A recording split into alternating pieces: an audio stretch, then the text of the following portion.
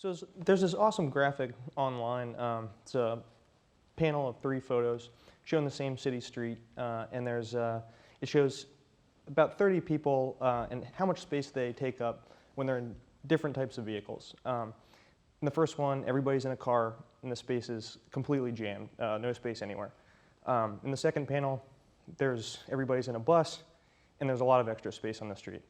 And then in the third panel, depending on which version you see, everybody's either on a bike or on foot, and there's even more space left over. And I think the question of the politics of street space, I think, have to start there. The conversation around this stuff has to start with that image because it really gets at kind of the hard constraints that we're dealing with. It's important to recognize that the streets, our compact layout also offers a lot of benefits. This is a platform that's optimized for social engagement, meeting your neighbors, for walkable business districts where you can get to everything that you need within a 10-foot or a 10-minute walk.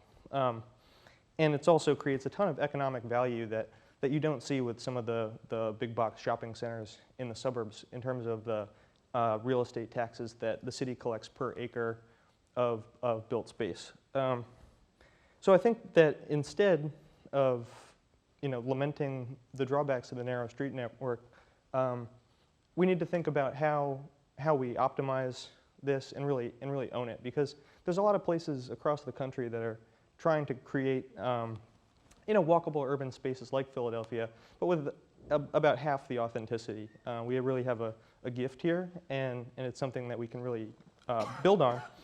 But it's also going to be something that continues to present political challenges going forward. To think about how do we move people and not necessarily be as concerned with how we're moving cars, because these are very different conversations. I think, as Darren mentioned, we're coming out of the post-war transportation planning era where moving cars was the main focus of transportation planning. But going back to the image that I began talking about, on these narrow streets, the best way to move people is in tighter groups with people not taking up a ton of extra space. 2 winters ago, I wrote a blog post for a local urbanism blog, This Old City, looking at Passyunk Avenue and after a snowstorm and the spaces on the street that cars don't use.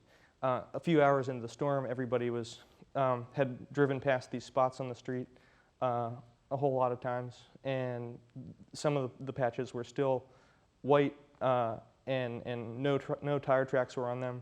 And it showed where you might create pedestrian islands, curb extensions, and things like that, potentially, some of them quite large. Some of them were places where you could put street seating or planters or things that would green the avenue. Actually, the singing fountain was one of these spaces. There used to be lots of cars parked where the singing fountain is in Passyunk Avenue. And also, there's the space across from the former King of Jeans building, where they just tore down the newsstand and they're about to put up they're about to improve that plaza there. And happily, that blog post helped Sam Sherman, the executive director of Passyunk Avenue Revitalization Corp., make the argument to the streets department for creating a new plaza where one is not yet on the street at 12th and Morris. But that project's going forward because now there's the political leadership, because all of these changing norms where people are trying out different modes like bike share, people are trying out, public transit ridership is way up. And people are able to, as Sarah pointed out, able to see the street from another user's perspective. And it's opened up some space to talk about doing different things with our streets. And we're really able to discuss some of these paradigm shifting ideas and really kind of get to the root of the question. The fact that a major media organization would even want to host a panel discussion about streets right-of-way politics shows that this issue has really arrived and that things are moving in the right direction.